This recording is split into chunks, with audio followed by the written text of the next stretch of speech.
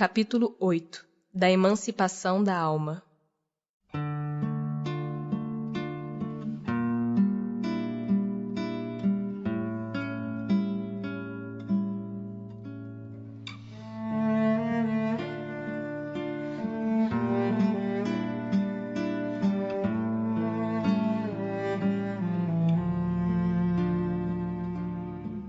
O sono e os sonhos.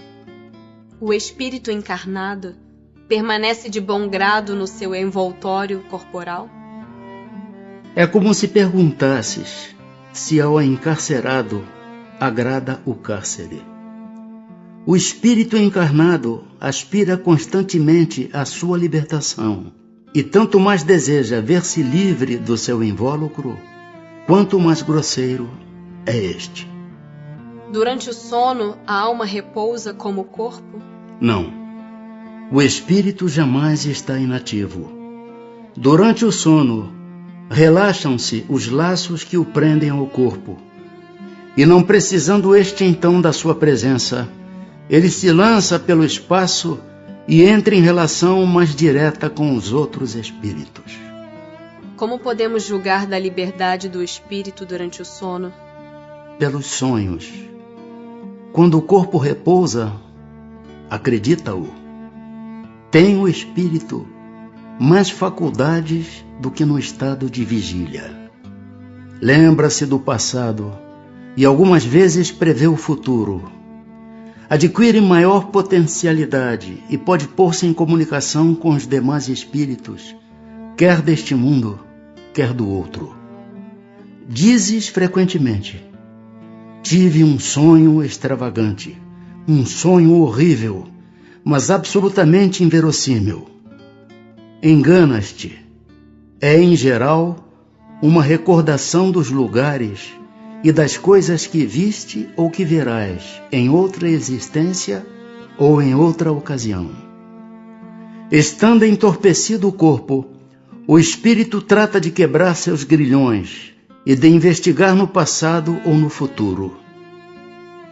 Pobres homens que mal conheceis os mais vulgares fenômenos da vida.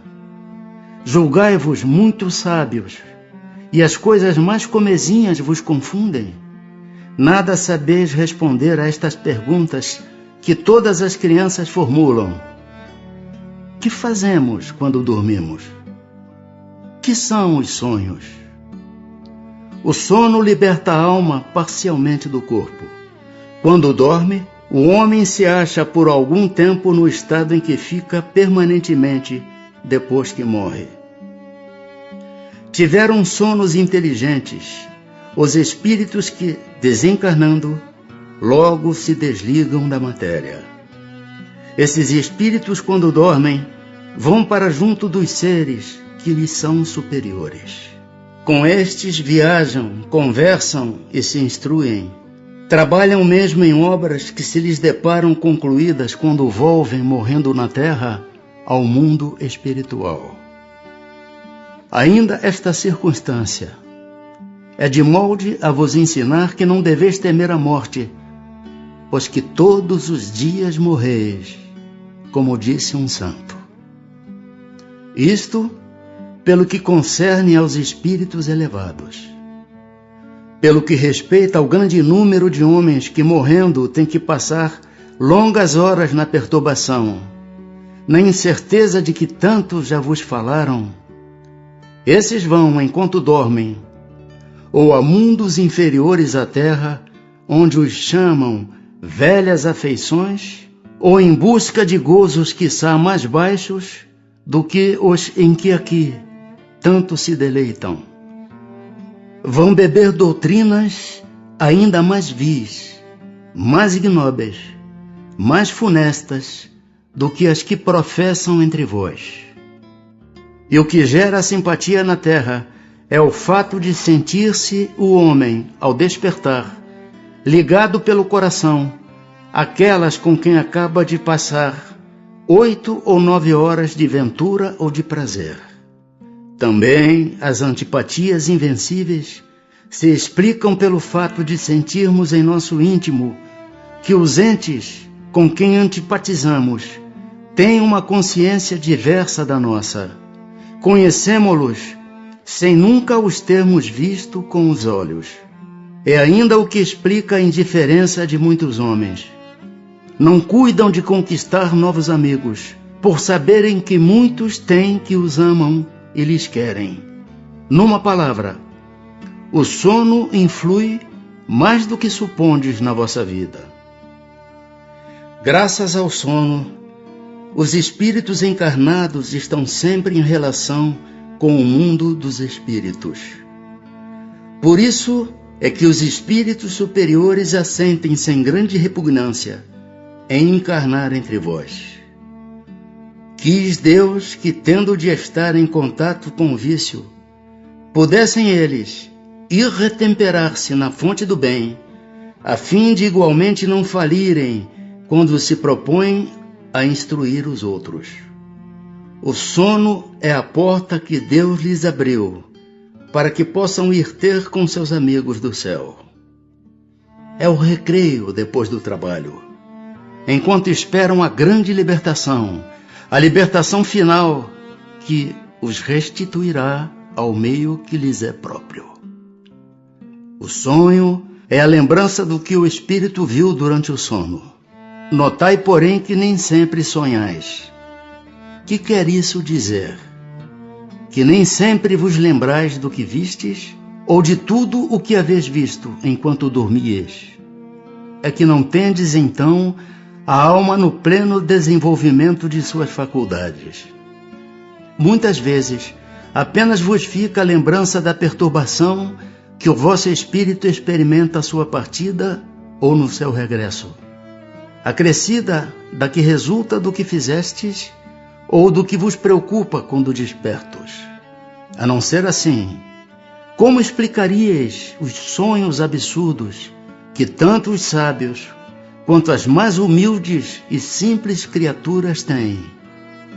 Acontece também que os maus espíritos se aproveitam dos sonhos para atormentar as almas fracas e pusilânimes. Em suma, dentre em pouco vereis vulgarizar-se outra espécie de sonhos.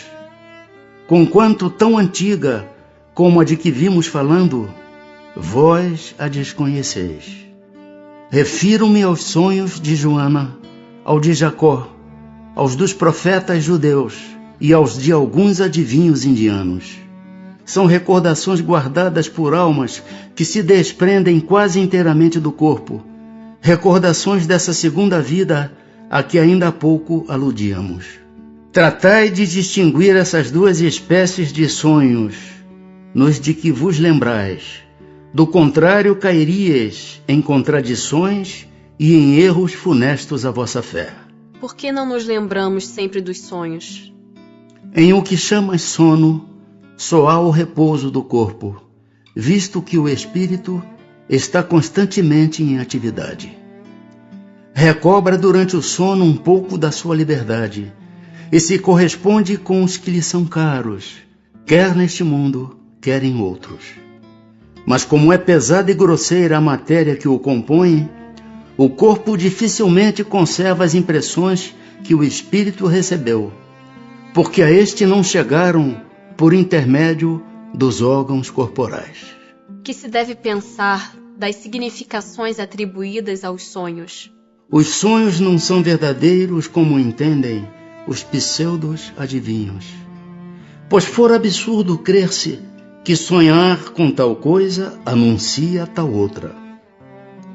São verdadeiros no sentido de que apresentam imagens que para o espírito têm realidade, porém que frequentemente nenhuma relação guardam com o que se passa na vida corporal. São também, como atrás dissemos, um pressentimento do futuro permitido por Deus, ou a visão do que no momento ocorre em outro lugar a que a alma se transporta. Não se contam por muitos os casos de pessoas que em sonho aparecem a seus parentes e amigos, a fim de avisá-los do que a elas está acontecendo? Que são essas aparições, senão as almas ou espíritos de tais pessoas a se comunicarem com entes caros? Quando tendes certeza de que o que vistes realmente se deu, não fica provado que a imaginação nenhuma parte tomou na ocorrência, sobretudo se o que observastes não vos passava pela mente quando em vigília? Acontece com frequência verem-se em sonho coisas que parecem um pressentimento, que afinal não se confirma.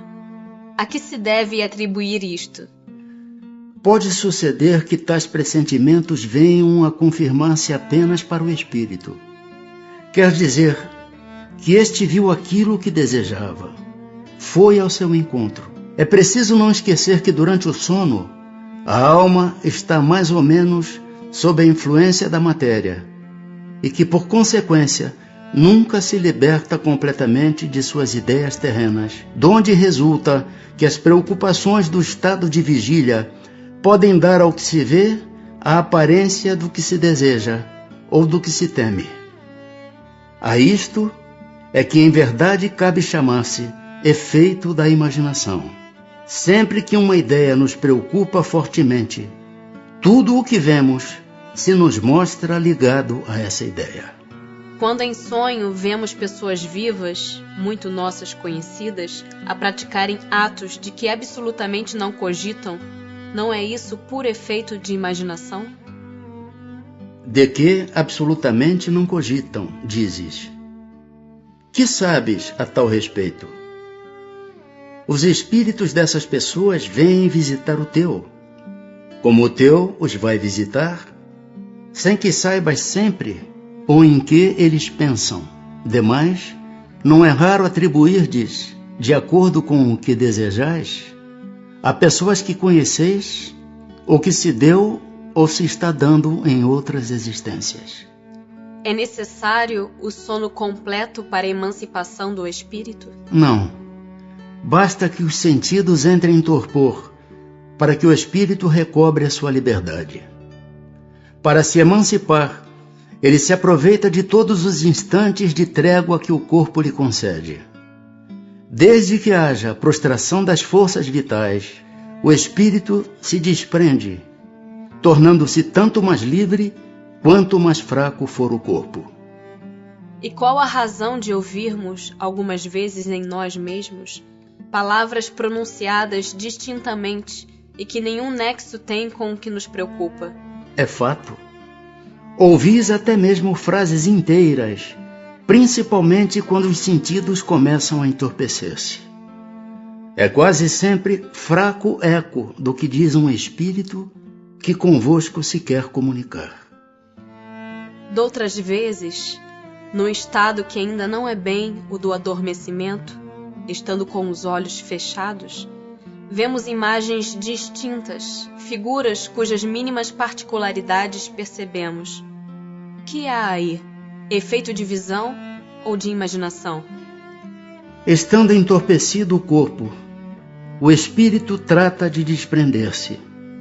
Transporta-se e vê. Se já fosse completo o sono, haveria sonho.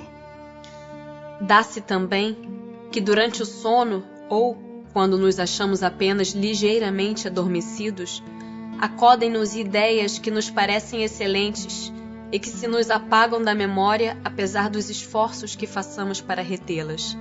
De onde vêm essas ideias? Provém da liberdade do espírito que se emancipa e que, emancipado, goza de suas faculdades com maior amplitude. Também são frequentemente conselhos que outros espíritos dão. De que servem essas ideias e esses conselhos, desde que pelo esquecer não os podemos aproveitar? Essas ideias, em regra, mais dizem respeito ao mundo dos espíritos do que ao mundo corpóreo. Pouco importa que comumente o espírito as esqueça quando unido ao corpo.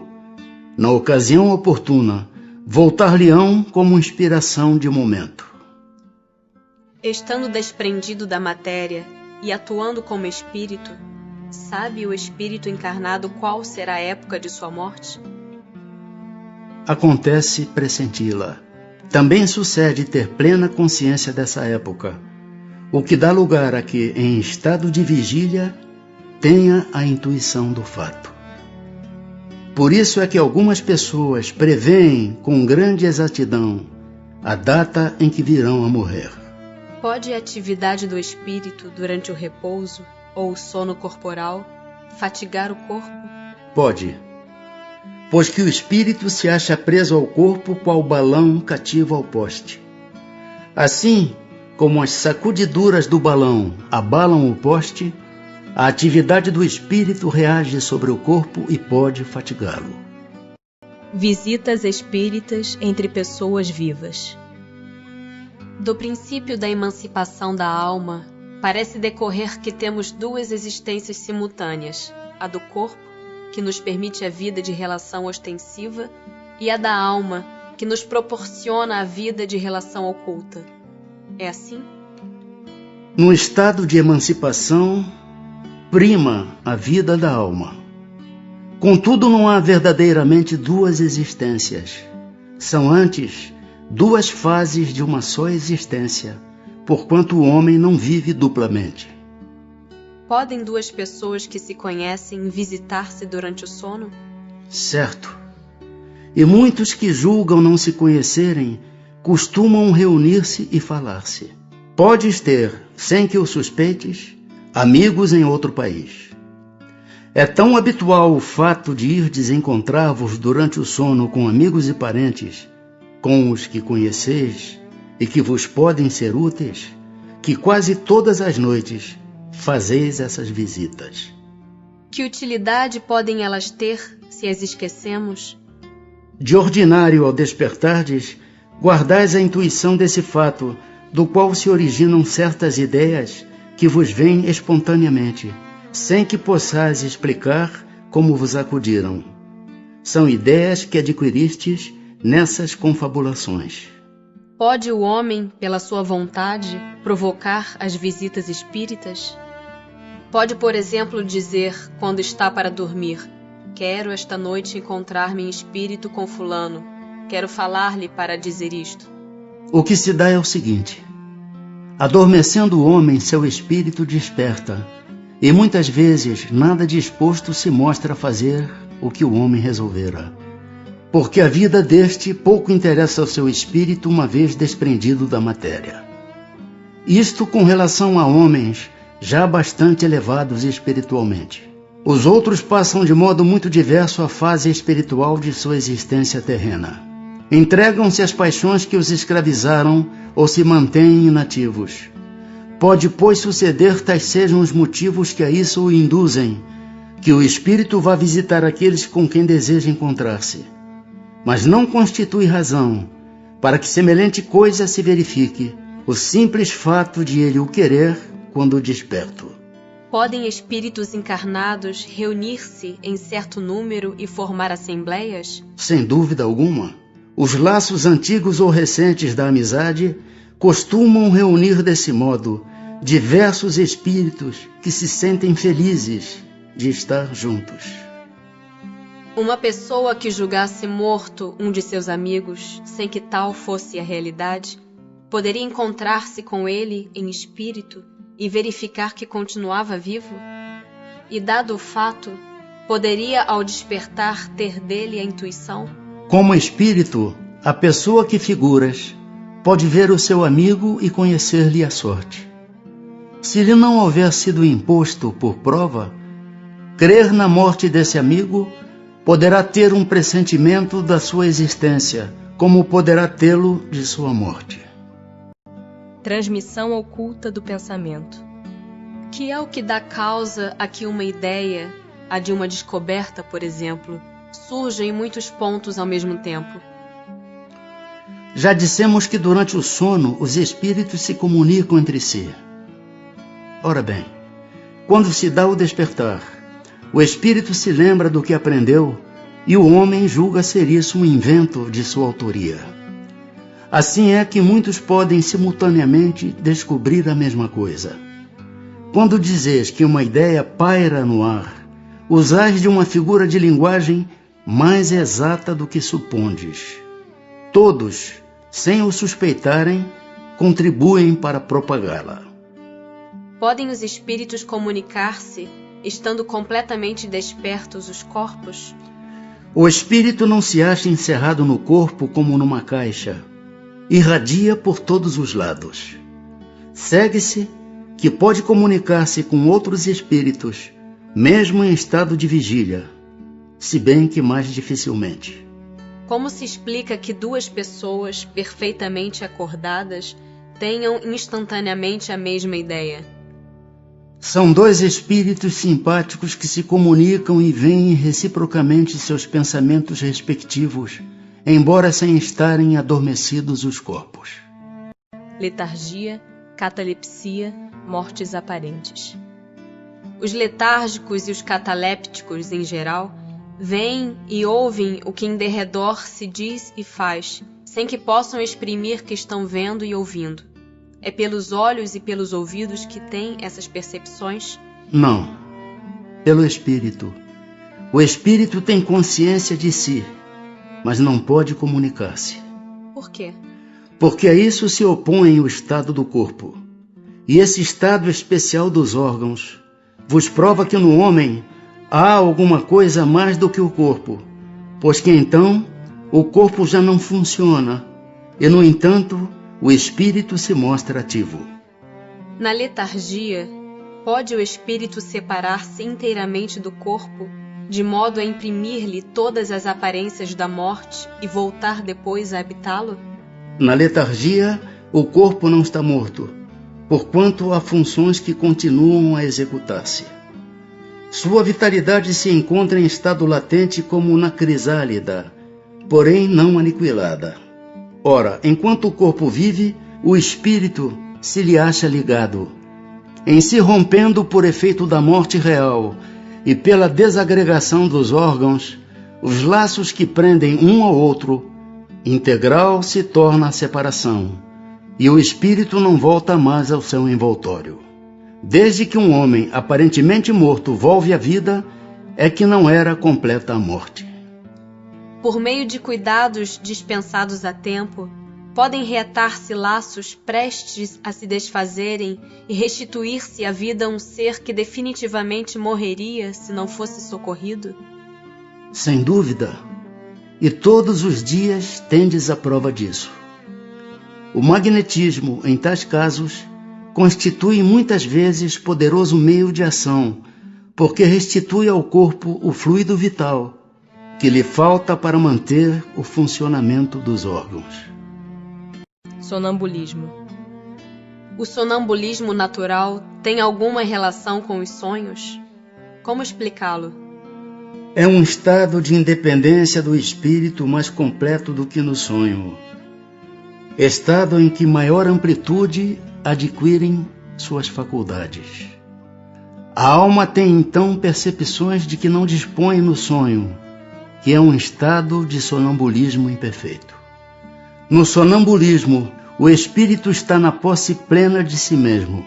Os órgãos materiais, achando-se de certa forma em estado de catalepsia, deixam de receber as impressões exteriores. Esse estado se apresenta principalmente durante o sono, ocasião em que o espírito pode abandonar provisoriamente o corpo, por se encontrar este gozando do repouso indispensável à matéria. Quando se produzem os fatos do sonambulismo, é que o espírito, preocupado com uma coisa ou outra, se aplica a uma ação qualquer, para cuja prática necessita de utilizar-se do corpo. Serve-se então deste, como se serve de uma mesa ou de outro objeto material, no fenômeno das manifestações físicas, ou mesmo como se utiliza da mão do médium nas comunicações escritas. Nos sonhos de que se tem consciência, os órgãos, inclusive os da memória, começam a despertar. Recebem imperfeitamente as impressões produzidas por objetos ou causas externas e as comunicam ao espírito que então, também em repouso, só experimenta do que lhe é transmitido. Sensações confusas e, em geral, desordenadas, sem nenhuma aparente razão de ser, mescladas que se apresentam de vagas recordações, quer da existência atual, quer de anteriores. Facilmente, portanto, se compreende porque os sonâmbulos nenhuma lembrança guardam do que se passou enquanto estiveram no estado sonambúlico e porque os sonhos de que se conserva a memória, as mais das vezes não têm sentido. Digo as mais das vezes, porque também sucede serem a consequência de lembrança exata de acontecimentos de uma vida anterior e até não raro, uma espécie de intuição do futuro. O chamado sonambulismo magnético tem alguma relação com o sonambulismo natural? É a mesma coisa, com a só diferença de ser provocado.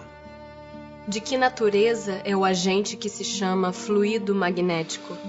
Fluido vital, eletricidade animalizada, que são modificações do fluido universal. Qual a causa da clarividência sonambúlica? Já o dissemos, é a alma que vê. Como pode o sonâmbulo ver através dos corpos opacos?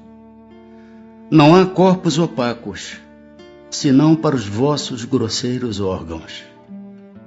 Já precedentemente não dissemos que a matéria nenhum obstáculo oferece ao espírito, que livremente a atravessa? Frequentemente ouvis o sonâmbulo dizer que vê pela fronte, pelo punho, etc. Porque achando-vos inteiramente presos à matéria, não compreendeis, lhe seja possível ver sem o auxílio dos órgãos. Ele próprio, pelo desejo que manifestais, julga precisar dos órgãos. Se, porém, o deixasses livre, compreenderia que vê por todas as partes do seu corpo, ou melhor falando, que vê de fora do seu corpo. Pois que a sua clarividência é a de sua alma ou do seu espírito, por que é que o sonâmbulo não vê tudo e tantas vezes se engana? Primeiramente, aos espíritos imperfeitos não é dado verem tudo e tudo saberem. Não ignoras que ainda partilham dos vossos erros e prejuízos. Depois, quando unidos à matéria, não gozam de todas as suas faculdades de espírito. Deus outorgou ao homem a faculdade sonambúlica para fim útil e sério, não para que se informe do que não deva saber.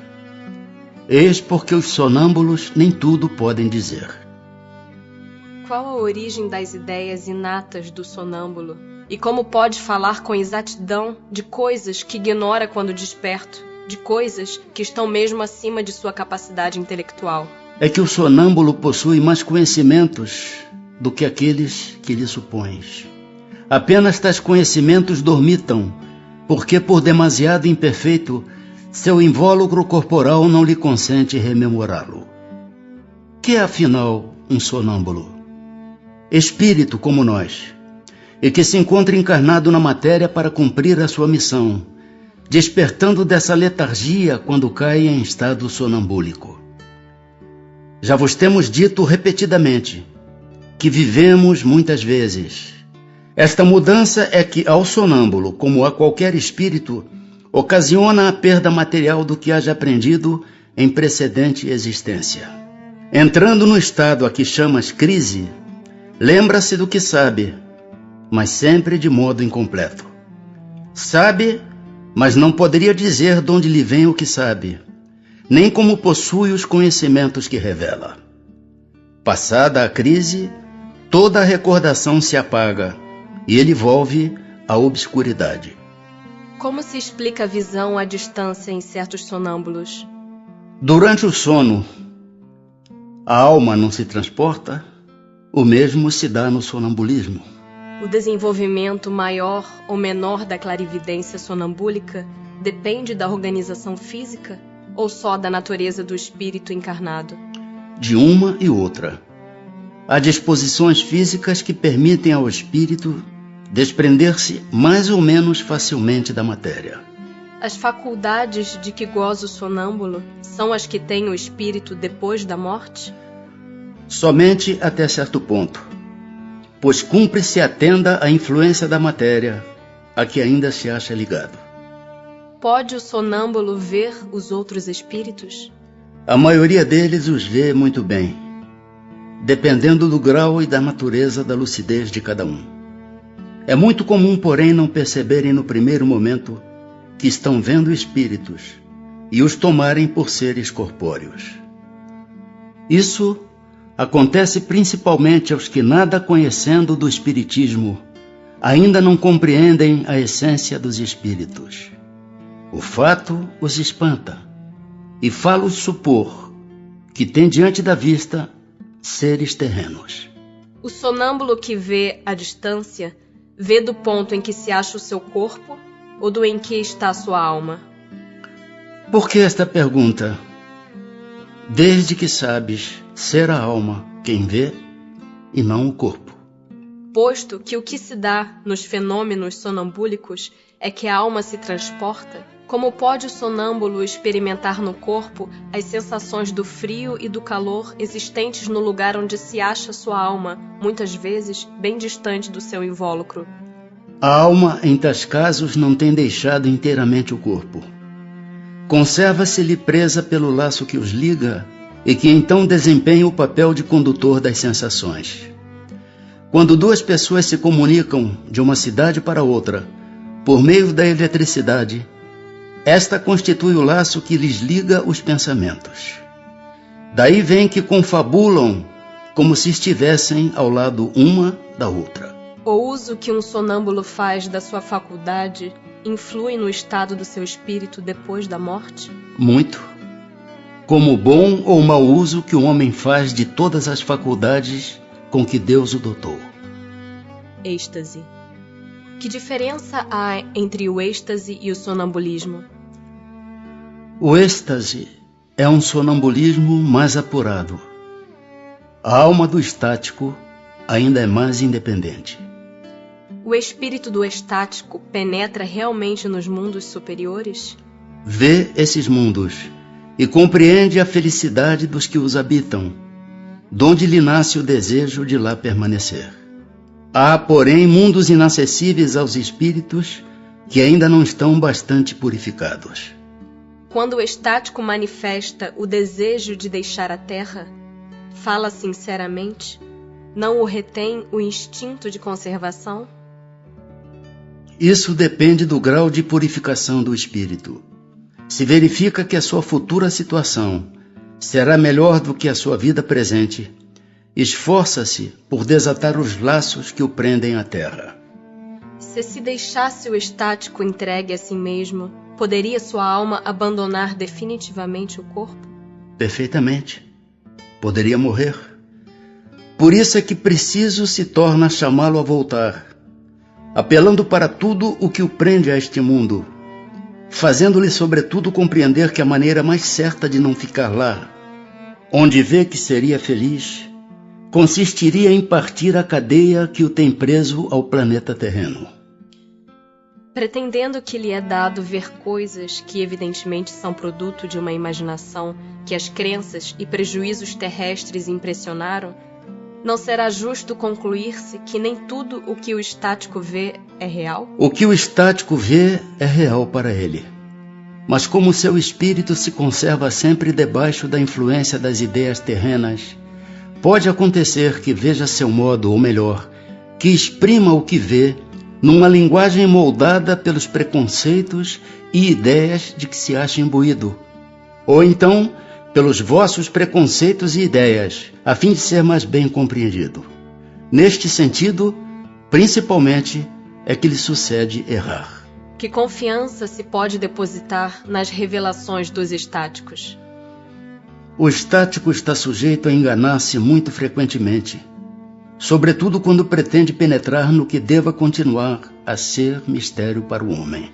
Porque então se deixa levar pela corrente das suas próprias ideias, ou se torna joguete de espíritos mistificadores que se aproveitam da sua exaltação para fasciná-lo. Que deduções se podem tirar dos fenômenos do sonambulismo e do êxtase? Não constituirão uma espécie de iniciação na vida futura? A bem dizer, mediante esses fenômenos, o homem entrevê a vida passada e a vida futura. Estude-os e achará o esclarecimento de mais de um mistério, que a sua razão inutilmente procura devassar. Poderiam tais fenômenos adequar-se às ideias materialistas? Aquele que os estudar de boa fé e sem prevenções não poderá ser materialista nem ateu. Dupla vista. O fenômeno a que se dá a designação de dupla vista tem alguma relação com o sonho e o sonambulismo? Tudo isso é uma só coisa. O que se chama dupla vista é ainda resultado da libertação do espírito, sem que o corpo seja adormecido. A dupla vista ou segunda vista é a vista da alma. É permanente a segunda vista? A faculdade é, o exercício não. Em os mundos menos materiais do que o vosso, os espíritos se despreendem mais facilmente e se põem em comunicação apenas pelo pensamento, sem que todavia fique abolida a linguagem articulada. Por isso mesmo, em tais mundos, a dupla vista é faculdade permanente para a maioria de seus habitantes, cujo estado normal se pode comparar ao dos vossos sonâmbulos lúcidos. Essa também é a razão porque esses espíritos se vos manifestam com maior facilidade do que os encarnados em corpos mais grosseiros. A segunda vista aparece espontaneamente ou por efeito da vontade de quem a possui como faculdade? As mais das vezes é espontânea, porém a vontade também desempenha com grande frequência importante papel no seu aparecimento. Toma, por exemplo, de uma dessas pessoas, pseudo-adivinhas, algumas das quais dispõem desta faculdade, e verás que é com auxílio da própria vontade que se colocam no estado de terem a dupla vista e o que chamas visão. A dupla vista é suscetível de desenvolver-se pelo exercício? Sim. Do trabalho sempre resulta o progresso e a dissipação do véu que encobre as coisas. Esta faculdade tem qualquer ligação com a organização física? Incontestavelmente, o organismo influi para sua existência. Há organismos que lhe são refratários. Por que é que a segunda vista parece hereditária em algumas famílias? Por semelhança da organização, que se transmite como as outras qualidades físicas. Depois, a faculdade se desenvolve por uma espécie de educação, que também se transmite de um ao outro. É exato que certas circunstâncias desenvolvem a segunda vista? A moléstia, a proximidade do perigo, uma grande comoção podem desenvolvê-la. O corpo às vezes vem a achar-se num estado especial, que faculta ao espírito ver o que não podes ver com os olhos carnais. As pessoas dotadas de dupla vista sempre têm consciência de que a possuem? Nem sempre. Consideram isso coisa perfeitamente natural, e muitos creem que se cada um observasse o que se passa consigo, todos verificariam que são como eles. Poder-se-ia atribuir a uma espécie de segunda vista a sensibilidade de algumas pessoas que, sem nada apresentarem de extraordinário, apreciam as coisas com mais precisão do que as outras? É sempre a alma a irradiar mais livremente e apreciar melhor do que sob o véu da matéria. Pode esta faculdade, em alguns casos, dar a presciência das coisas? Pode. Também dá os pressentimentos, pois que muitos são os graus em que ela existe, sendo possível que num mesmo indivíduo exista em todos os graus ou em alguns somente.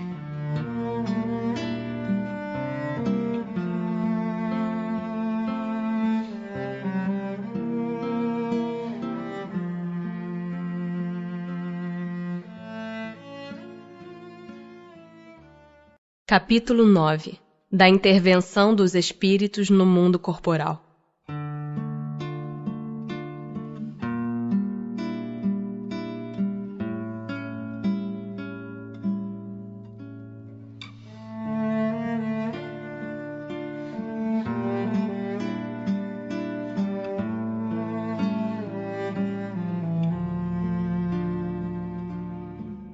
Faculdade que tem os espíritos de penetrar os nossos pensamentos.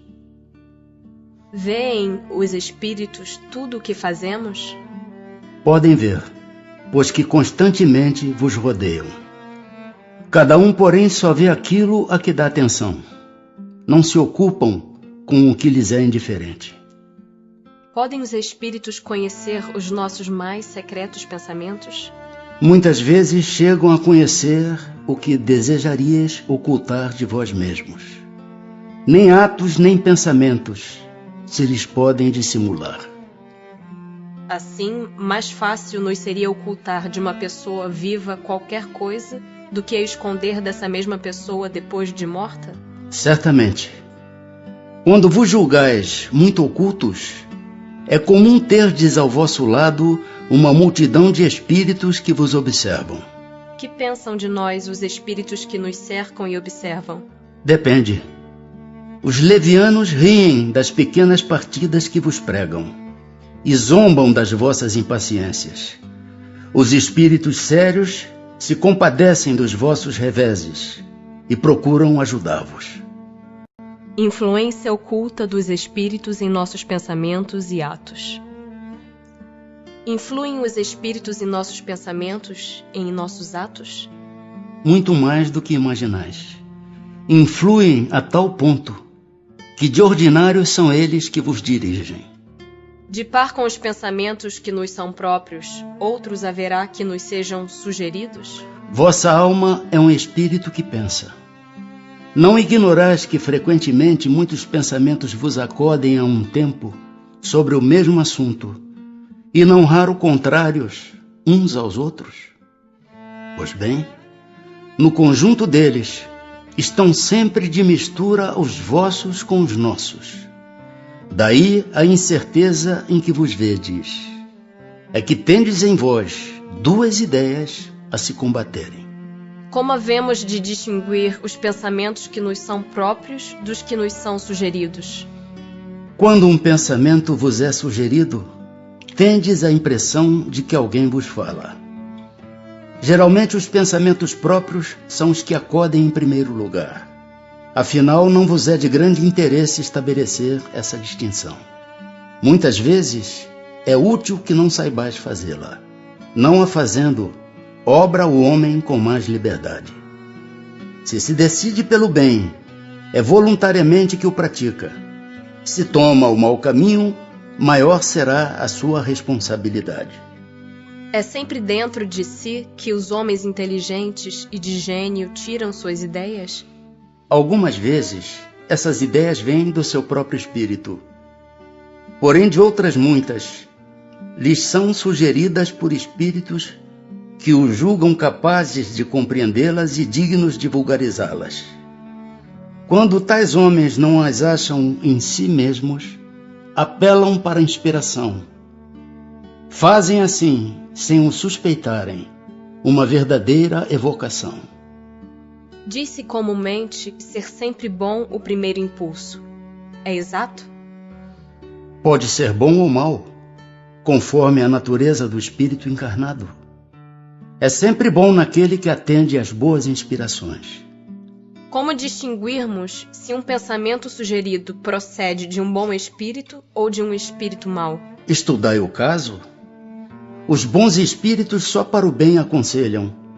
Compete-vos discernir. Com que fim os espíritos imperfeitos nos induzem ao mal? Para que sofrais como eles sofrem. E isso lhes diminui os sofrimentos? Não, mas fazem-no por inveja, por não poderem suportar que haja seres felizes. De que natureza é o sofrimento que procuram infligir aos outros? Os que resultam de ser de ordem inferior à criatura e de estar afastada de Deus. Por que permite Deus que espíritos nos excitem ao mal? Os espíritos imperfeitos são instrumentos próprios a pôr em prova a fé e a constância dos homens na prática do bem. Como espírito que és, tens que progredir na ciência do infinito. Daí o passares pelas provas do mal, para chegares ao bem. A nossa missão consiste em vos colocar no bom caminho, desde que sobre vós atuem influências mais, é que vós as atraís, desejando o mal. porquanto os espíritos inferiores correm a vos auxiliar no mal, logo que desejes praticá-lo. Só quando queiras o mal, podem eles ajudar-vos para a prática do mal. Se fores propenso ao assassínio, terás em torno de vós uma nuvem de espíritos a te alimentarem no íntimo esse pendor. Mas outros também te cercarão, esforçando-se por te influenciarem para o bem, o que restabelece o equilíbrio da balança e te deixa senhor de vossos atos. Pode o homem eximir-se da influência dos espíritos que procuram arrastá-lo ao mal? Pode, visto que tais espíritos só se apegam aos que pelos seus desejos os chamam, ou aos que pelos seus pensamentos os atraem. Renunciam às suas tentativas os espíritos cuja influência a vontade do homem repele? Que querias que fizessem? Quando nada conseguem, abandonam o campo. Entretanto, ficam à espreita de um momento propício, como o gato que tocaia o rato. Por que meio podemos neutralizar a influência dos maus espíritos? Praticando o bem e pondo em Deus toda a vossa confiança, repelireis a influência dos espíritos inferiores e aniquilareis o império que desejem ter sobre vós. Guardai-vos de atender às sugestões dos espíritos que vos suscitam maus pensamentos, que sopram a discórdia entre vós outros e que vos insuflam as paixões más. Desconfiai especialmente dos que vos exaltam o orgulho, pois que esses vos assaltam pelo lado fraco. Essa a razão por que Jesus, na oração dominical, vos ensinou a dizer: Senhor, não nos deixeis cair em tentação, mas livra-nos do mal. Os espíritos que ao mal procuram induzir-nos e que põem assim em prova a nossa firmeza no bem, procedem desse modo cumprindo missão? E se assim é, cabe-lhes alguma responsabilidade? A nenhum espírito é dada a missão de praticar o mal. Aquele que o faz por conta própria, sujeitando-se, portanto, às consequências. Pode Deus permitir-vos que assim proceda, para vos experimentar. Nunca, porém, vos determina tal procedimento. Compete-vos, pois, repeli-lo. Quando experimentamos uma sensação de angústia, de ansiedade indefinível ou de íntima satisfação, sem que lhe conheçamos a causa, devemos atribuí-la unicamente a uma disposição física? É quase sempre efeito das comunicações em que, inconscientemente, entrais com os espíritos ou da que com eles tivestes durante o sono. Os espíritos que procuram atrair-nos para o mal se limitam a aproveitar as circunstâncias em que nos achamos ou podem também criá-las? Aproveitam as circunstâncias ocorrentes, mas também costumam criá-las, impelindo-vos, mau grado vosso, para aquilo que cobiçais. Assim, por exemplo, encontra um homem no seu caminho certa quantia. Não penses, tenham sido os espíritos que a trouxeram para ali. Mas eles podem inspirar ao homem a ideia de tomar aquela direção e sugerir-lhe depois a de se apoderar da importância achada, enquanto outros lhe sugerem a de restituir o dinheiro ao seu legítimo dono. O mesmo se dá com relação a todas as demais tentações. Possessos. Pode um espírito tomar temporariamente o invólucro corporal de uma pessoa viva? Isto é, introduzir-se num corpo animado e obrar em lugar do outro que se acha encarnado neste corpo? O espírito não entra em um corpo como entras numa casa. Identifica-se com um espírito encarnado, cujos defeitos e qualidades sejam os mesmos que os seus, a fim de obrar conjuntamente com ele. Mas o encarnado é sempre quem atua, conforme quer, sobre a matéria de que se acha revestido. Um espírito não pode substituir-se ao que está encarnado, Por isso que este terá que permanecer ligado ao seu corpo, até ao termo fixado para sua existência material. Desde que não há possessão propriamente dita, isto é, coabitação de dois espíritos no mesmo corpo, pode a alma ficar na dependência de outro espírito, de modo a se achar subjugada ou obsediada ao ponto de a sua vontade vir a achar-se, de certa maneira, paralisada? Sem dúvida, e são esses os verdadeiros possessos. Mas é preciso saibas que essa dominação não se efetua nunca sem que aquele que a sofre o consinta, quer por sua fraqueza, quer por desejá-la. Muitos epiléticos ou loucos, que mais necessitavam de médico que de exorcismos, têm sido tomados por possessos. Pode alguém por si mesmo afastar os maus espíritos e libertar-se da dominação deles? Sempre é possível, a quem quer que seja, subtrair-se de um jugo desde que com vontade firme o queira. Mas não pode acontecer que a fascinação exercida pelo mau espírito seja de tal ordem que o subjugado não a perceba? Sendo assim, poderá uma terceira pessoa fazer que cesse a sujeição da outra? E nesse caso, qual deve ser a condição dessa terceira pessoa? Sendo ela um homem de bem, a sua vontade poderá ter eficácia, desde que apele para o concurso dos bons espíritos. Porque quanto mais digna for a pessoa, tanto maior poder terá sobre os espíritos imperfeitos para afastá-los e sobre os bons para os atrair. Todavia, nada poderá, se o que estiver subjugado não lhe prestar o seu concurso. Há pessoas a quem agrada uma dependência que lhes lisonjeia os gostos e os desejos. Qualquer, porém, que seja o caso, aquele que não tiver puro o coração, nenhuma influência exercerá. Os bons espíritos não lhe atendem ao chamado, e os maus não o temem. As fórmulas de exorcismo têm qualquer eficácia sobre os maus espíritos? Não. Estes últimos riem e se obstinam quando veem alguém tomar isso a sério.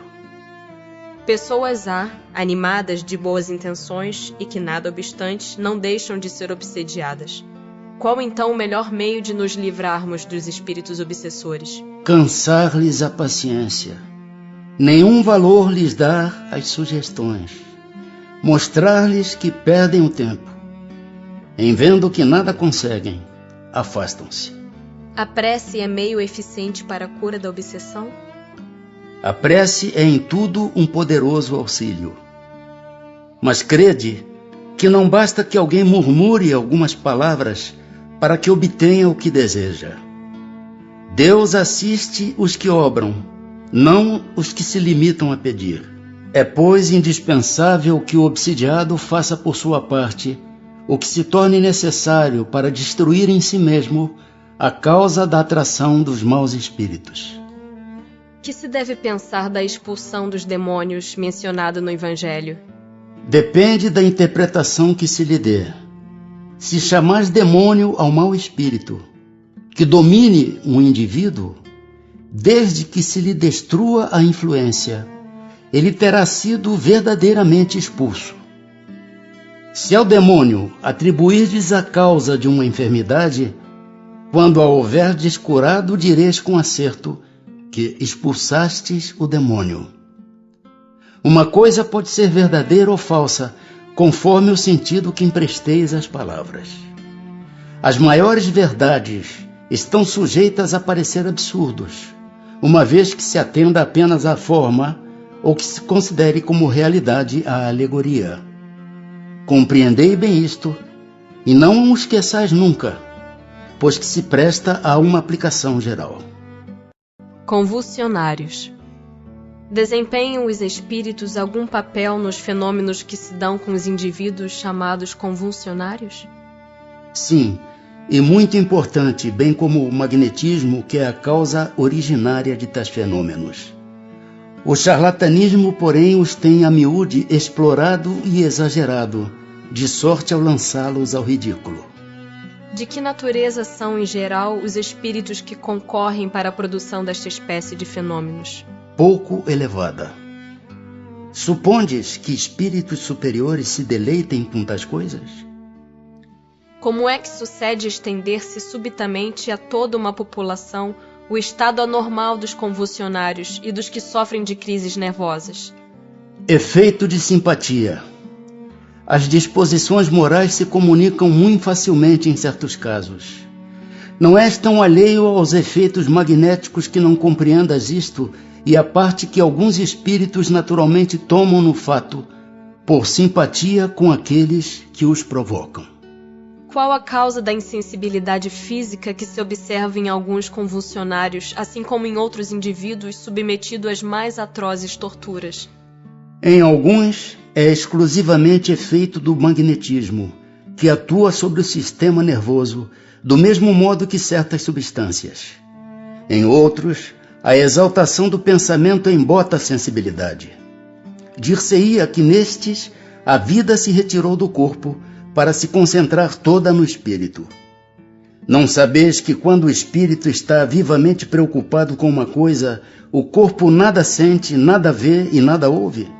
A afeição que os espíritos votam a certas pessoas. Os espíritos se afeiçoam de preferência a certas pessoas? Os bons espíritos simpatizam com os homens de bem, ou suscetíveis de se melhorarem.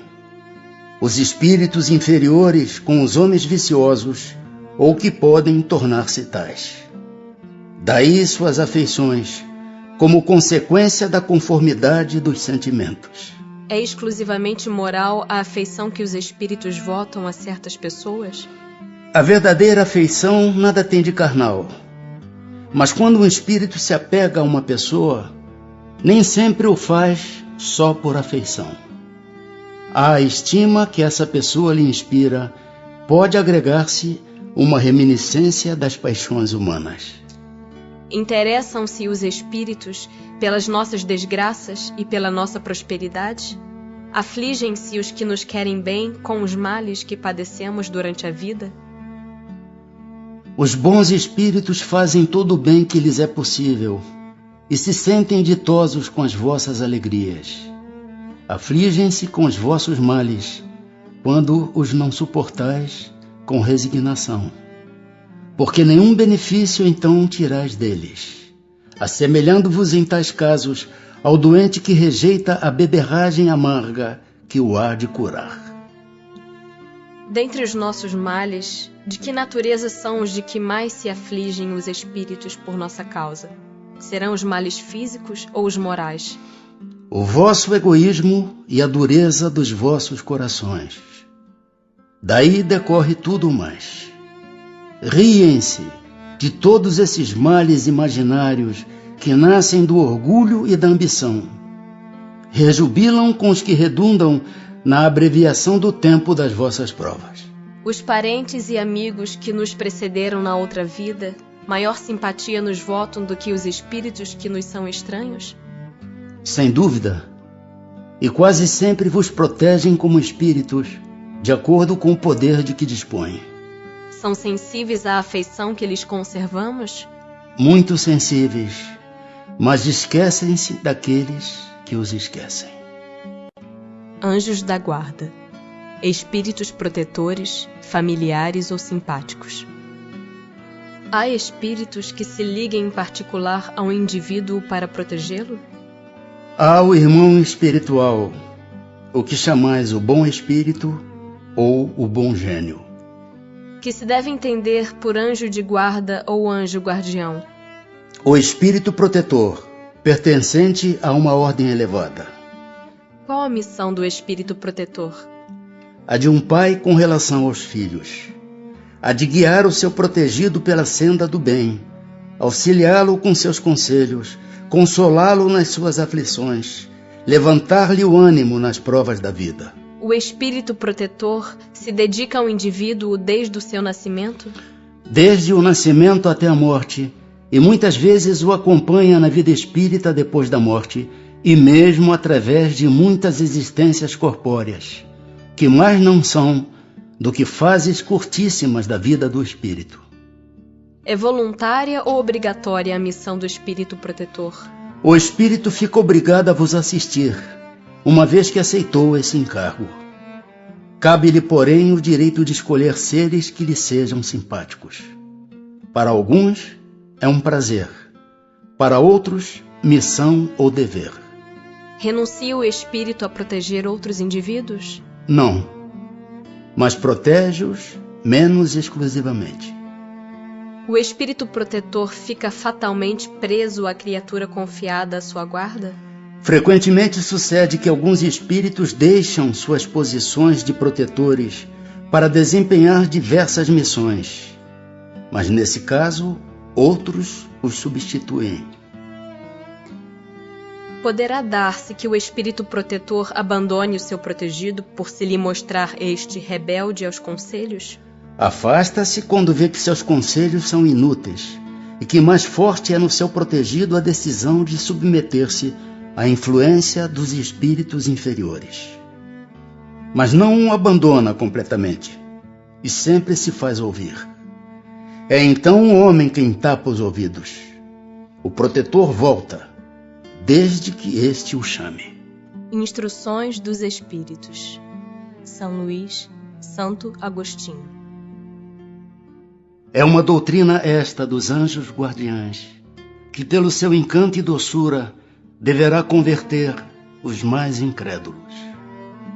Não vos parece grandemente consoladora a ideia de terdes sempre junto de vós seres que vos são superiores, prontos sempre a vos aconselhar e amparar, a vos ajudar na ascensão da abrupta montanha do bem, mais sinceros e dedicados amigos do que todos os que mais intimamente se vos liguem na terra?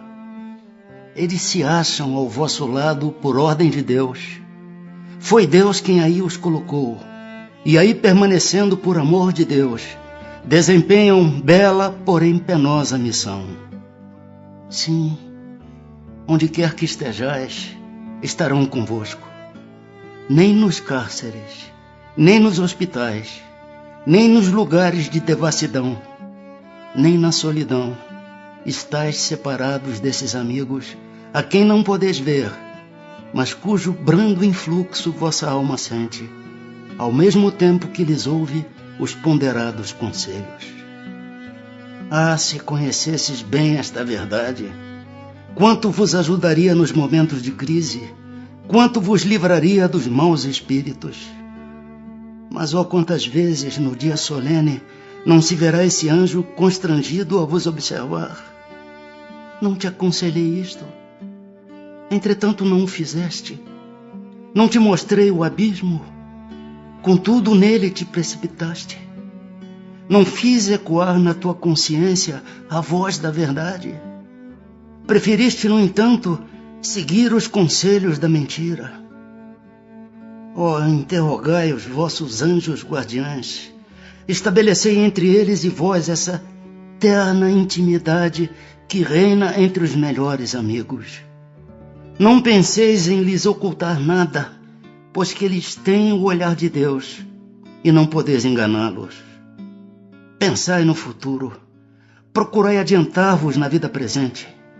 Assim fazendo, encurtareis vossas provas e mais felizes tornareis as vossas existências. Vamos, homens, coragem. De uma vez por todas lançai para longe todos os preconceitos e ideias preconcebidas. Entrai na nova senda que diante dos passos se vos abre. Caminhai, tendes guias, segui-os, que a meta não vos pode faltar, porquanto essa meta é o próprio Deus. Aos que considerem possível que espíritos verdadeiramente elevados se consagrem à tarefa tão laboriosa e de todos os instantes, diremos que nós vos influenciamos as almas, estando embora muitos milhões de léguas distantes de vós. O espaço para nós nada é, e não obstante viverem noutro mundo, os nossos espíritos conservam suas ligações com os vossos. Gozamos de qualidades que não podeis compreender, mas ficai certos de que Deus não nos impôs tarefa superior às nossas forças e de que não vos deixou sós na terra sem amigos e sem amparo. cada anjo de guarda tem o seu protegido, pelo qual vela como o pai pelo filho. Alegra-se quando o vê no bom caminho, sofre quando ele lhe despreza os conselhos. Não receeis fatigar-nos com as vossas perguntas, ao contrário, procurai estar sempre em relação conosco, sereis assim mais fortes e mais felizes. São essas comunicações de cada um com seu espírito familiar, que fazem sejam médiuns todos os homens, médios ignorados hoje, mas que se manifestarão mais tarde e se espalharão qual oceano sem margens, levando de roldão a incredulidade e a ignorância. Homens doutos, instruí os vossos semelhantes. Homens de talento, educai os vossos irmãos. Não imaginais que obra fazeis desse modo? A do Cristo, a que Deus vos impõe. Para que vos outorgou Deus a inteligência e o saber, senão para os repartirdes com os vossos irmãos, senão para fazerdes que se adiantem pela senda que conduz à bem-aventurança, à felicidade eterna. O espírito que abandona o seu protegido, que deixa de lhe fazer bem, pode fazer-lhe mal? Os bons espíritos nunca fazem mal. Deixam que o façam aqueles que lhes tomam o lugar. Costumais então lançar à conta da sorte as desgraças que vos acabrunham, quando só as sofreis por culpa vossa? Pode um espírito protetor deixar o seu protegido à mercê de outro espírito que lhe queira fazer mal? Os maus espíritos se unem para neutralizar a ação dos bons. Mas se o quiser, o protegido dará toda a força ao seu protetor. Pode acontecer que o bom espírito encontre em outro lugar uma boa vontade a ser auxiliada. Aplica-se então em auxiliá-la, aguardando que seu protegido lhe volte. Será por não poder lutar contra espíritos malévolos que um espírito protetor deixa que seu protegido se transvie na vida? Não é porque não possa, mas porque não quer. E não quer porque das provas sai o seu protegido mais instruído e perfeito. Assiste-o sempre com seus conselhos, dando-os por meio dos bons pensamentos que lhe inspira, porém que quase nunca são atendidos. A fraqueza, o descuido, o orgulho do homem são exclusivamente o que empresta força aos maus espíritos, cujo poder todo advém do fato de não lhes opordes resistência. O espírito protetor está constantemente com o seu protegido? Não haverá alguma circunstância em que, sem abandoná-lo, ele o perca de vista? Há circunstâncias em que não é necessário esteja o espírito protetor junto do seu protegido. Momentos haverá em que o espírito deixe de precisar de então por diante do seu protetor? Sim, quando ele atinge o ponto de poder guiar-se a si mesmo, como sucede ao estudante para qual o momento chega em que não mais precisa do mestre. Isso, porém, não se dá na terra. Por que oculta a ação dos espíritos sobre a nossa existência? E por que, quando nos protegem, não o fazem de modo ostensivo? Se vos fosse dado contar sempre com a ação deles, não trabalharias por vós mesmos, e o vosso espírito não progrediria. Para que este possa adiantar-se, precisa de experiência, adquirindo-a frequentemente à sua custa. É necessário que exercite suas forças, sem o que seria como a criança, a quem não consentem que ande sozinha. A ação dos espíritos que vos querem bem é sempre regulada de maneira que não vos tolha o livre arbítrio. Porquanto, se não tivesses responsabilidade, não avançarias na senda que vos há de conduzir a Deus. Não vendo quem o ampara, o homem se confia às suas próprias forças. Sobre ele, entretanto, vela o seu guia, e de tempos a tempos lhe brada, advertindo-o do perigo. O espírito protetor que consegue trazer ao bom caminho o seu protegido, lucra algum bem para si? Constitui isso um mérito que lhe é levado em conta, seja para seu progresso, seja para sua felicidade. Sente-se ditoso quando vê bem-sucedidos os seus esforços, o que representa para ele um triunfo, como o triunfo é para um preceptor, os bons êxitos do seu educando. É responsável pelo mau resultado de seus esforços? Não, pois que fez o que de si dependia. Sofre o espírito protetor quando vê que seu protegido segue mau caminho, não obstante os avisos que dele recebe? Não há aí uma causa de turbação da sua felicidade? Magoam-no os erros do seu protegido, a quem lastima. Tal aflição, porém, não tem analogia com as angústias da paternidade terrena, porque ele sabe que há remédio para o mal, e que o que não se faz hoje, amanhã se fará. Poderemos sempre saber o nome do espírito nosso protetor ou anjo de guarda? Dai-lhe o nome que quiserdes, o de espírito superior que vos inspire simpatia ou veneração. O vosso protetor acudirá ao apelo que com esse nome lhe dirigirdes, visto que todos os bons espíritos são irmãos e se assistem mutuamente. Os protetores que dão nomes conhecidos sempre são realmente os espíritos das personalidades que tiveram esses nomes? Não. Muitas vezes, os que dão são espíritos simpáticos, aos que de tais nomes usaram na terra, e amando destes, respondem ao vosso chamamento. Fazeis questão de nomes. Eles tomam um que vos inspire confiança. Quando não podeis desempenhar pessoalmente determinada missão, não costumais mandar que outro, por quem respondeis como por vós mesmos, obre em vosso nome? Na vida espírita, reconheceremos o espírito nosso protetor? De certo, pois não é raro que o tenhas conhecido antes de encarnardes. Pertencem todos os espíritos protetores à classe dos espíritos elevados? Podem contar-se entre os de classe média? Um pai, por exemplo, pode tornar-se o espírito protetor de seu filho? Pode, mas a proteção pressupõe certo grau de elevação e um poder ou uma virtude a mais, concedidos por Deus. O pai que protege seu filho também pode ser assistido por um espírito mais elevado. Os espíritos que se achavam em boas condições ao deixarem a terra sempre podem proteger os que lhes são caros e que lhes sobrevivem? Mais ou menos restrito é o poder de que desfrutam.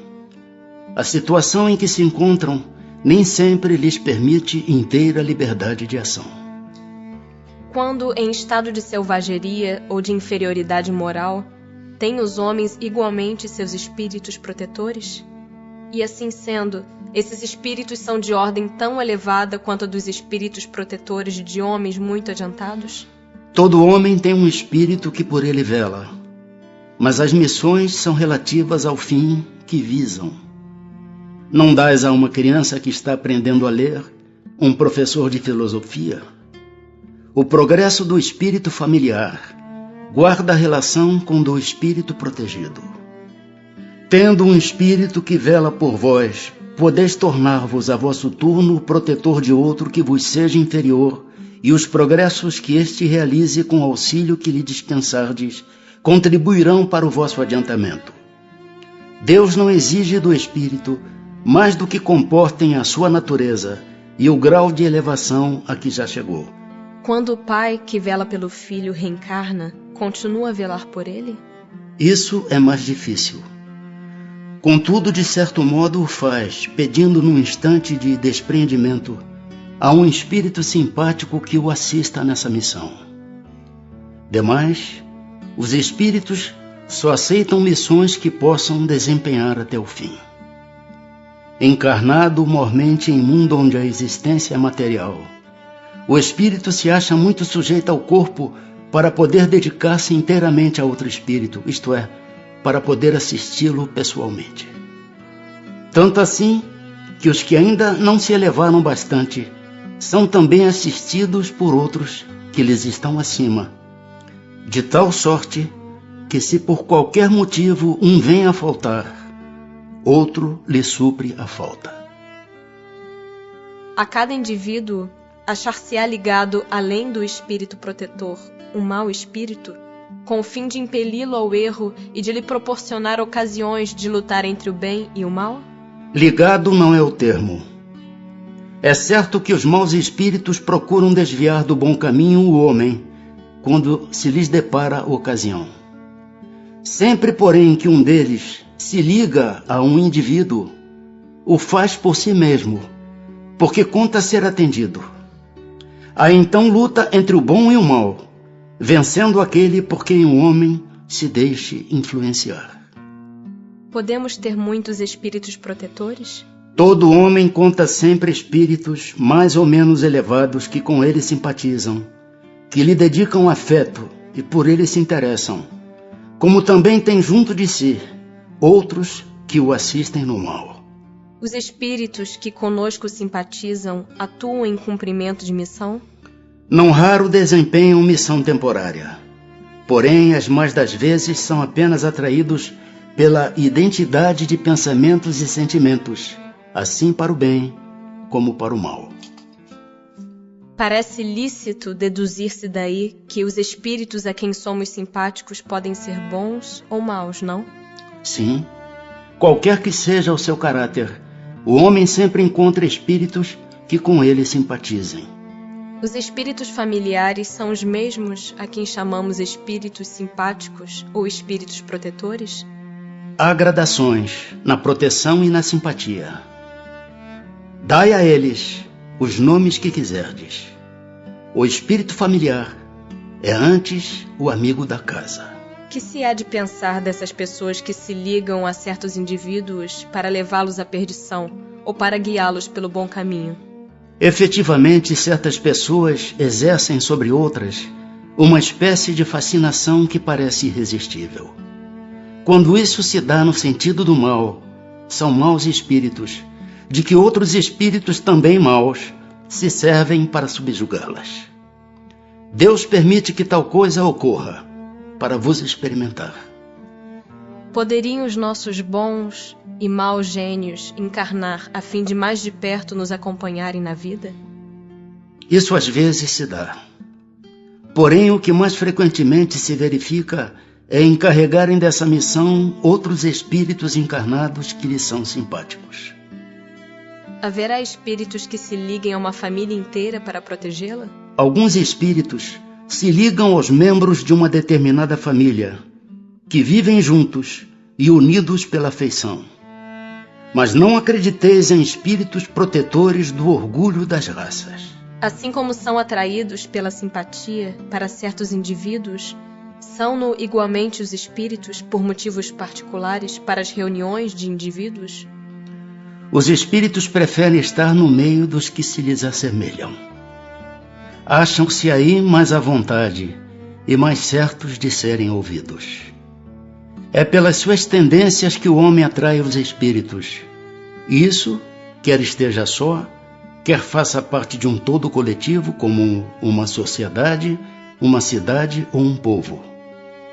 Portanto, as sociedades, as cidades e os povos são de acordo com as paixões e o caráter neles predominantes, assistidos por espíritos mais ou menos elevados. Os espíritos imperfeitos se afastam dos que os repelem.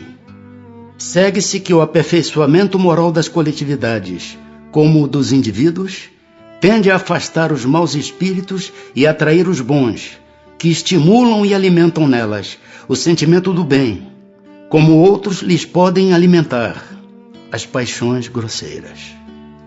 As aglomerações de indivíduos, como as sociedades, as cidades, as nações, têm espíritos protetores especiais? Tem. Pela razão de que esses agregados são individualidades coletivas que, caminhando para um objetivo comum, precisam de uma direção superior. Os espíritos protetores das coletividades são de natureza mais elevada do que os que se ligam aos indivíduos? Tudo é relativo ao grau de adiantamento, quer se trate de coletividades, quer de indivíduos. Podem certos espíritos auxiliar o progresso das artes, protegendo os que às artes se dedicam? Há espíritos protetores especiais e que assistem os que os invocam quando dignos dessa assistência. Que queres, porém, que façam com os que julgam ser o que não são? Não lhes cabe fazer que os cegos vejam, nem que os surdos ouçam. Pressentimentos. O pressentimento é sempre um aviso do espírito protetor? É o conselho íntimo e oculto de um espírito que vos quer bem. Também está na intuição da escolha que se haja feito. É a voz do instinto. Antes de encarnar, tem o espírito conhecimento das fases principais de sua existência, isto é, do gênero das provas a que se submete. Tendo estas caráter assinalado, ele conserva no seu foro íntimo uma espécie de impressão de tais provas, e esta impressão, que é a voz do instinto, fazendo-se ouvir, quando lhe chega o momento de sofrê-las, se torna então pressentimento. Acontecendo que os pressentimentos e a voz do instinto são sempre algum tanto vagos, que devemos fazer na incerteza em que ficamos? Quando te achares na incerteza, invoca o teu bom espírito, ou ora a Deus, soberano Senhor de todos, e Ele te enviará um de seus mensageiros, um de nós. Os avisos dos espíritos protetores objetivam unicamente o nosso procedimento moral, ou também o proceder que devamos adotar nos assuntos da vida particular? Tudo. Eles se esforçam para que vivais o melhor possível, mas quase sempre tapais os ouvidos aos avisos salutares e vos tornais desgraçados por culpa vossa. Influência dos espíritos nos acontecimentos da vida. Exercem essa influência por outra forma que não apenas pelos pensamentos que sugerem? Isto é, têm ação direta sobre o cumprimento das coisas? Sim, mas nunca atuam fora das leis da natureza. Tendo como tem ação sobre a matéria, podem os espíritos provocar certos efeitos com o objetivo de que se dê um acontecimento? Por exemplo, um homem tem que morrer. Sobe uma escada, a escada se quebra e ele morre da queda. Foram os espíritos que quebraram a escada para que o destino daquele homem se cumprisse? É exato que os espíritos têm ação sobre a matéria, mas para cumprimento das leis da natureza, não para as derrogar, fazendo que em dado momento ocorra um sucesso inesperado e em contrário àquelas leis. No exemplo que figuraste, a escada se quebrou porque se achava podre ou por não ser bastante forte para suportar o peso de um homem. Se era destino daquele homem perecer de tal maneira, os espíritos lhe inspirariam a ideia de subir a escada em questão, que teria de quebrar-se com o seu peso, resultando-lhe daí a morte por um efeito natural, e sem que para isso fosse necessário a produção de um milagre. Tomemos outro exemplo, em que não entre a matéria em seu estado natural. Um homem tem que morrer fulminado pelo raio. Refugia-se debaixo de uma árvore, estala o raio e o mata. Poderá dar-se tenham sido os espíritos que provocaram a produção do raio e que o dirigiram para o homem? Dá-se o mesmo que anteriormente. O raio caiu sobre aquela árvore em tal momento, porque estava nas leis da natureza que assim acontecesse. Não foi encaminhado para a árvore, por se achar debaixo dela o homem. A este, sim, foi inspirada a ideia de se abrigar debaixo de uma árvore, sobre a qual cairia o raio, porquanto a árvore não deixaria de ser atingida, só por não lhe estar debaixo da fronde o homem. No caso de uma pessoa mal intencionada disparar sobre outra um projetil que apenas lhe passe perto sem a atingir, poderá ter sucedido que um espírito bondoso haja desviado o projetil? Se o indivíduo alvejado não tem que perecer desse modo, o espírito bondoso lhe inspirará a ideia de se desviar, ou então poderá ofuscar o que impunha a arma, de sorte a fazê-lo apontar mal. Porquanto, uma vez disparada a arma, o projetil segue a linha que tem de percorrer. Que se deve pensar das balas encantadas de que falam algumas lendas e que fatalmente atingem o alvo? Pura imaginação. O homem gosta do maravilhoso e não se contenta com as maravilhas da natureza. Podem os espíritos que dirigem os acontecimentos terrenos ter obstado a sua ação por espíritos que queiram o contrário? O que Deus quer se executa. Se houver demora na execução ou lhe surjam obstáculos, é porque Deus assim o quis. Não podem os espíritos levianos e zombeteiros criar pequenos embaraços à realização dos nossos projetos e transtornar as nossas previsões?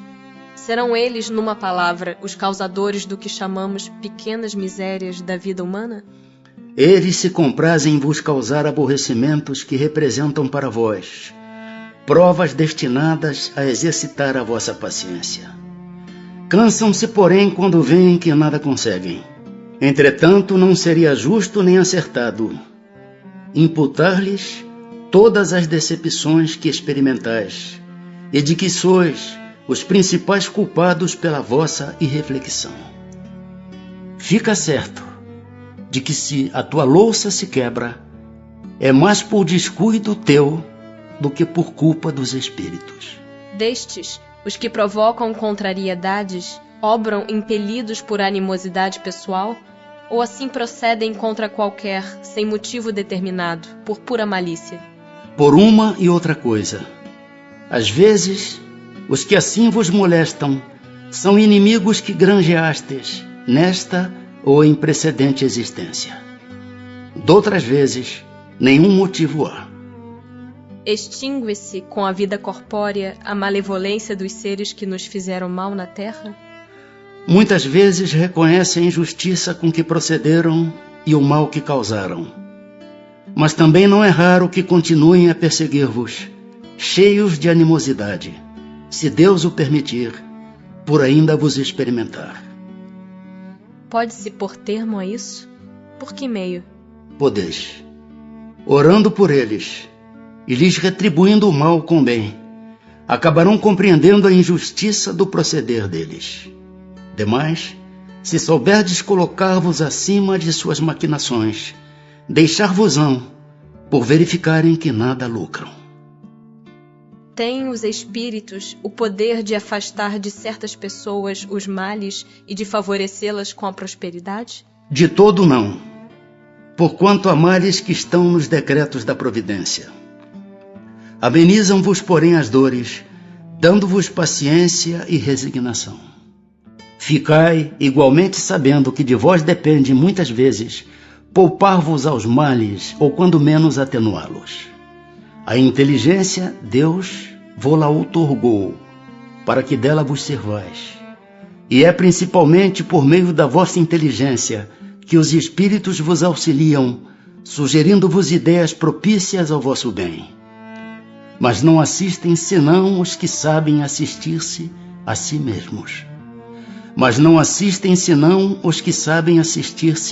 si mesmos. Esse é o sentido destas palavras. Buscai e achareis. Batei e se vos abrirá. Sabei ainda que nem sempre é um mal o que vos parece sê-lo. Frequentemente, do que considerais um mal, sairá um bem muito maior. Quase nunca compreendeis isso, porque só atentais no momento presente ou na vossa própria pessoa. Podem os espíritos fazer que obtenham riquezas os que lhes pedem que assim aconteça? Algumas vezes como prova. Quase sempre, porém, recusam, como se recusa a criança a satisfação de um pedido inconsiderado. São os bons ou os maus espíritos que concedem esses favores? Uns e outros. Depende da intenção. As mais das vezes, entretanto, os que os concedem são os espíritos que vos querem arrastar para o mal e que encontram meio fácil de o conseguirem, facilitando-vos os gozos que a riqueza proporciona. Será por influência de algum espírito que fatalmente a realização dos nossos projetos parece encontrar obstáculos? Algumas vezes é isso efeito da ação dos espíritos. Muito mais vezes, porém, é que andais errados na elaboração e na execução dos vossos projetos. Muito influem nesses casos a posição e o caráter do indivíduo. Se vos obstinais em ir por um caminho que não deveis seguir, Os espíritos nenhuma culpa têm dos vossos insucessos. Vós mesmos vos constituís em vossos maus gênios. Quando algo de venturoso nos sucede, é ao Espírito nosso protetor que devemos agradecê-lo? Agradecei primeiramente a Deus, sem cuja permissão nada se faz. Depois aos bons espíritos, que foram os agentes da sua vontade. Que sucederia se nos esquecêssemos de agradecer? O que sucede aos ingratos. No entanto, pessoas há que não pedem nem agradecem, e às quais tudo sai bem. Assim é de fato, mas importa ver o fim. Pagarão bem caro essa felicidade de que não são merecedoras, pois quanto mais houverem recebido, tanto maiores contas terão que prestar. A ação dos espíritos nos fenômenos da natureza. São devidos a causas fortuitas ou, ao contrário, têm todos um fim providencial os grandes fenômenos da natureza, os que se consideram como perturbação dos elementos? Tudo tem uma razão de ser, e nada acontece sem a permissão de Deus. Objetivam sempre o homem esses fenômenos? Às vezes tem como imediata razão de ser o homem. Na maioria dos casos, entretanto, tem por único motivo o restabelecimento do equilíbrio e da harmonia das forças físicas da natureza. Concebemos perfeitamente que a vontade de Deus seja a causa primária, nisto como em tudo. Porém, sabendo que os espíritos exercem ação sobre a matéria e que são os agentes da vontade de Deus, perguntamos se alguns dentre eles não exercerão certa influência sobre os elementos para os agitar, acalmar ou dirigir. Mas, evidentemente, nem poderia ser de outro modo. Deus não exerce ação direta sobre a matéria. Ele encontra agentes dedicados em todos os graus da escala dos mundos. A mitologia dos antigos se fundava inteiramente em ideias espíritas, com a única diferença de que consideravam os espíritos como divindades. Representavam esses deuses ou esses espíritos com atribuições especiais. Assim, uns eram encarregados dos ventos, outros do raio, outros de presidir ao fenômeno da vegetação e etc. Semelhante crença é totalmente destituída de fundamento? Tão pouco destituída é de fundamento que ainda está muito aquém da verdade. Poderá então haver espíritos que habitem o interior da Terra e presidam aos fenômenos geológicos? Tais espíritos não habitam positivamente a Terra. Presidem aos fenômenos e os dirigem de acordo com as atribuições que têm. Dia virá em que recebereis a explicação de todos esses fenômenos e os compreendereis melhor. Formam categoria especial no mundo espírita os espíritos que presidem aos fenômenos da natureza? Serão seres à parte ou espíritos que foram encarnados como nós? Que foram ou que o serão. Pertencem esses espíritos às ordens superiores ou às inferiores da hierarquia espírita? Isso é conforme seja mais ou menos material, mais ou menos inteligente o papel que desempenhem. Uns mandam, outros executam. Os que executam coisas materiais são sempre de ordem inferior, assim entre os espíritos como entre os homens. A produção de certos fenômenos, das tempestades, por exemplo, é obra de um só espírito ou muitos se reúnem formando grandes massas para produzi-los? Reúnem-se em massas inumeráveis.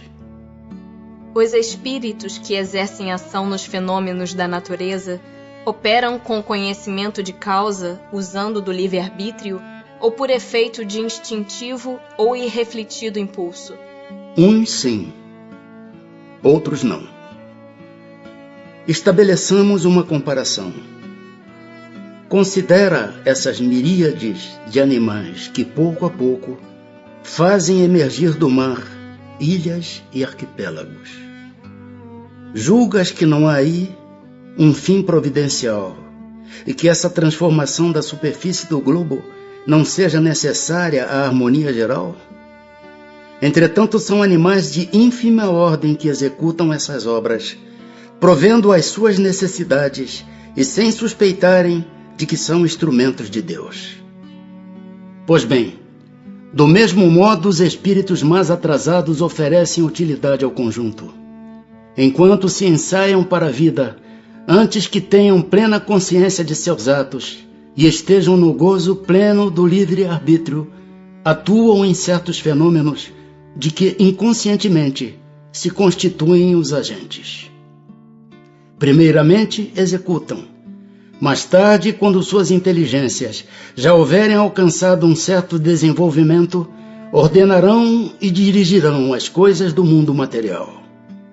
Depois poderão dirigir as do mundo moral. É assim que tudo serve, que tudo se encadeia na natureza, desde o átomo primitivo até o arcanjo, que também começou por ser átomo. Admirável lei de harmonia, que o vosso acanhado espírito ainda não pôde apreender em seu conjunto. Os espíritos durante os combates. Durante uma batalha, há espíritos assistindo e amparando cada um dos exércitos? Sim, e que lhes estimulam a coragem. Estando numa guerra, a justiça sempre de um dos lados, como pode haver espíritos que tomem o partido dos que se batem por uma causa injusta? Bem sabeis haver espíritos que só se comprazem na discórdia e na destruição. Para esses, a guerra é a guerra. A justiça da causa pouco os preocupa.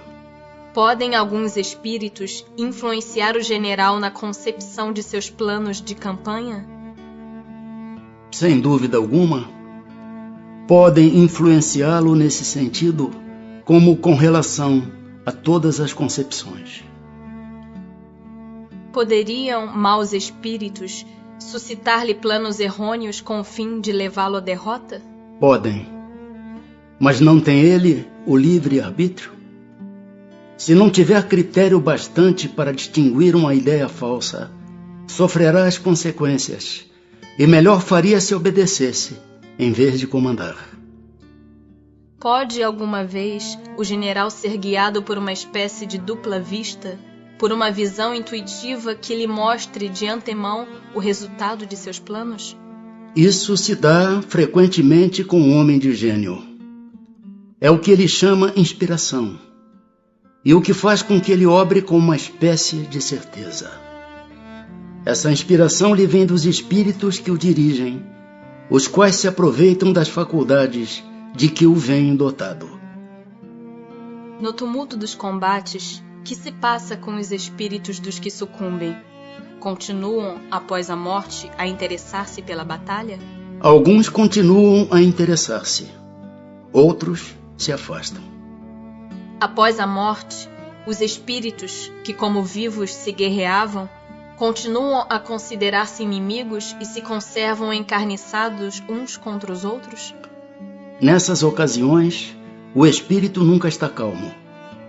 Pode acontecer que nos primeiros instantes, depois da morte, ainda odeie o seu inimigo e mesmo o persiga. Quando, porém, se lhe restabelece a serenidade nas ideias, vê que nenhum fundamento há mais para a sua animosidade.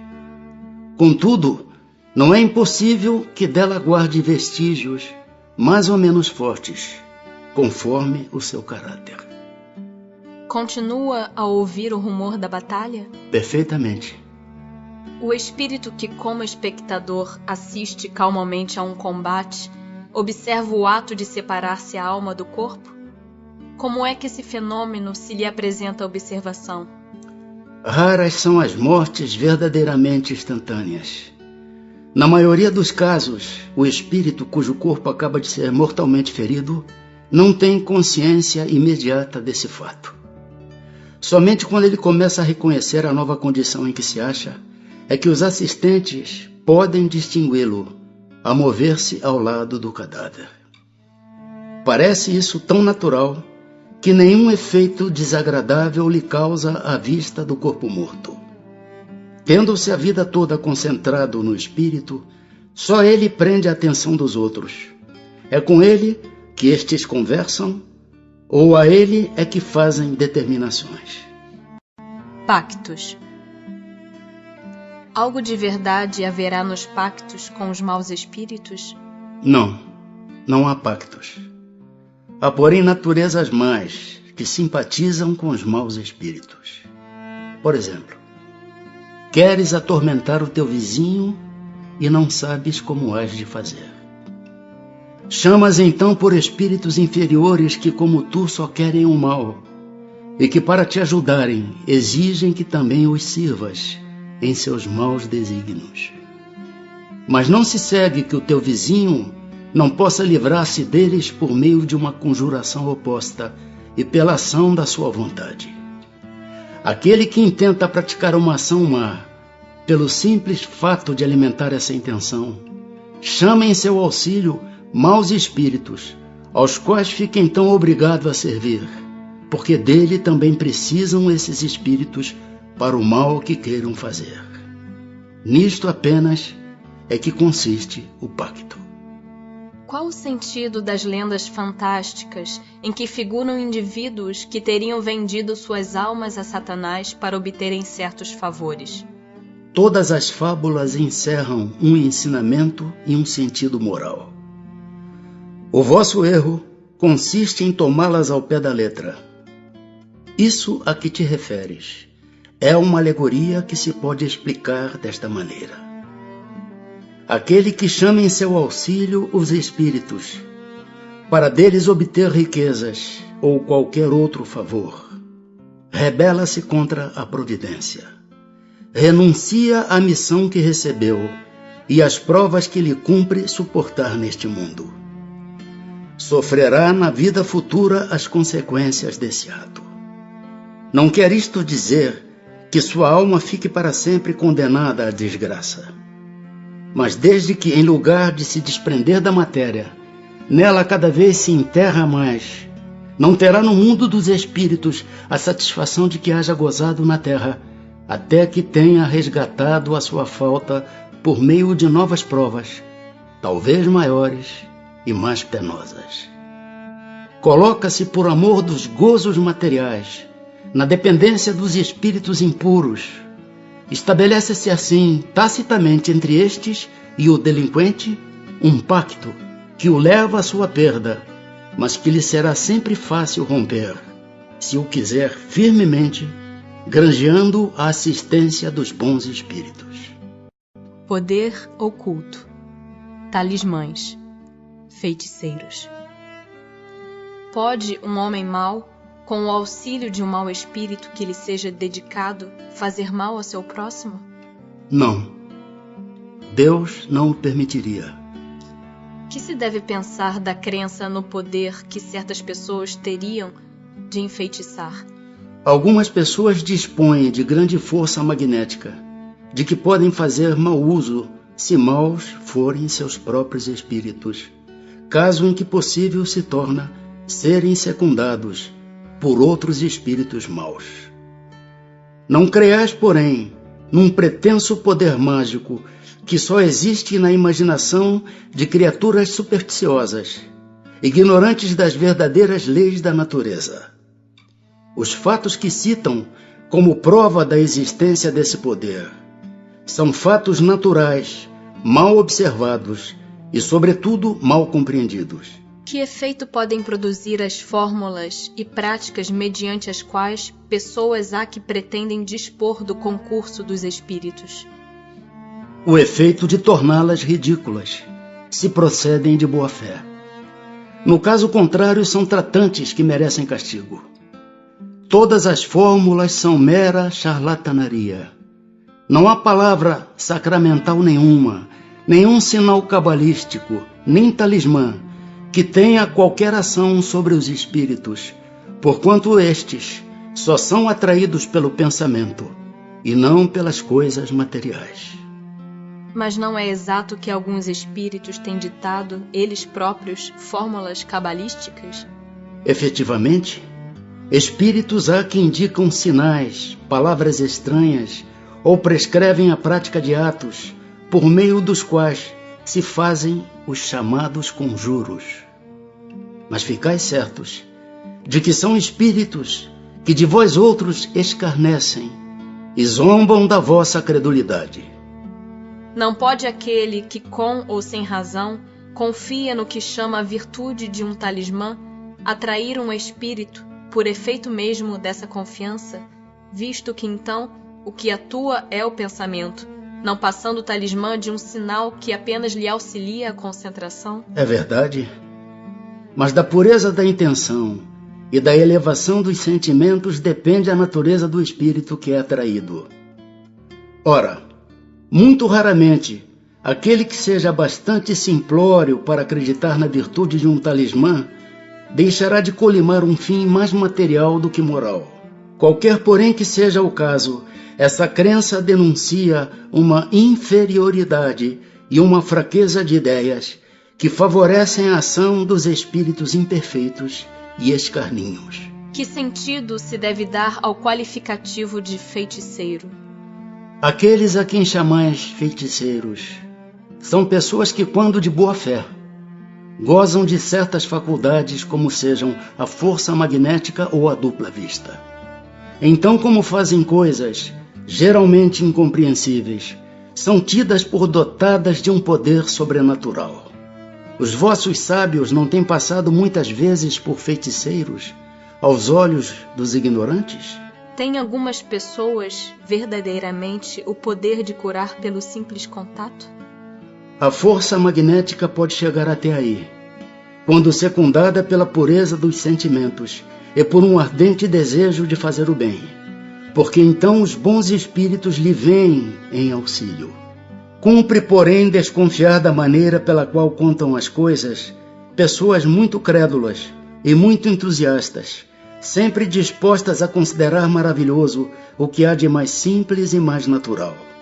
Importa desconfiar também das narrativas interesseiras, que costumam fazer os que exploram em seu proveito a credulidade alheia. Bênçãos e maldições. Podem a bênção e a maldição atrair o bem e o mal para aqueles sobre quem são lançadas? Deus não escuta a maldição injusta, e culpado perante ele se torna o que a profere. Como temos os dois gênios opostos, o bem e o mal, pode a maldição exercer momentaneamente influência, mesmo sobre a matéria. Tal influência, porém, só se verifica por vontade de Deus, como aumento de prova para aquele que é dela objeto. Demais, o que é comum é serem amaldiçoados os maus e abençoados os bons.